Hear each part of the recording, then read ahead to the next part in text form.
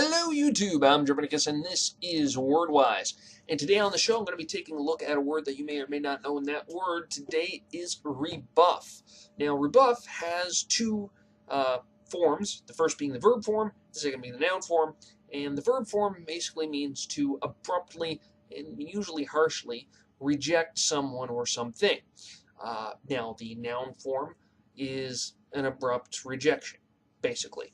So, where the word came from may not surprise you. It's actually from Latin originally, and that original Latin word was rebuffo. Now, rebuffo meant a snub, and that actually came from two separate words, ri, or I, meaning back, and buffo, meaning a puff, which doesn't really seem exactly there, but when you think about it, it's like, sort of thing, and it's kind of makes a little bit of sense, I guess.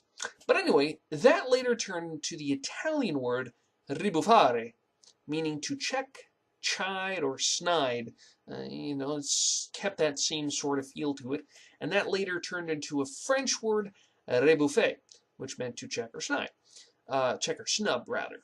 So that word then later turned into rebuff in the late 1500s. So we've had it for quite a bit of time now, at least in the verb form. Now, the noun form didn't come about until only a couple of decades later, in the early 1600s, when it basically was derived from the verb form. So that's basically how rebuff came about.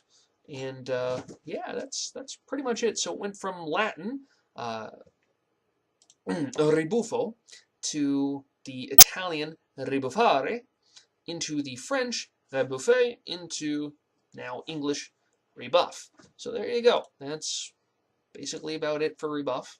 I do hope you guys enjoyed this, and if you did, you know what to do as usual. And do stay tuned for later in the week for my other WordWise episode, as well as Thursday and my announcement video on Friday for what happens next in Branching Tales. So, anyway, I'm Drominicus. I'm out. Hope you guys have a great one.